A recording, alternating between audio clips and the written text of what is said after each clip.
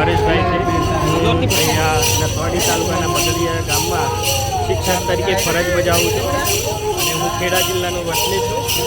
અહીંયા અમને જાણ થઈ કે કુકરદા ગામમાં જે દિવાસો હોય એ ખૂબ જ સરસ થાય છે. તો અમે એ માહિતી મળતા અમે આ કુકરદા ગામમાં આવ્યા અને આ નજારો જોયો તો બહુ ખુશ થઈ ગયા. ખરેખર આ કુદરતી એકદમ નેચરલી વાતાવરણ છે બધું.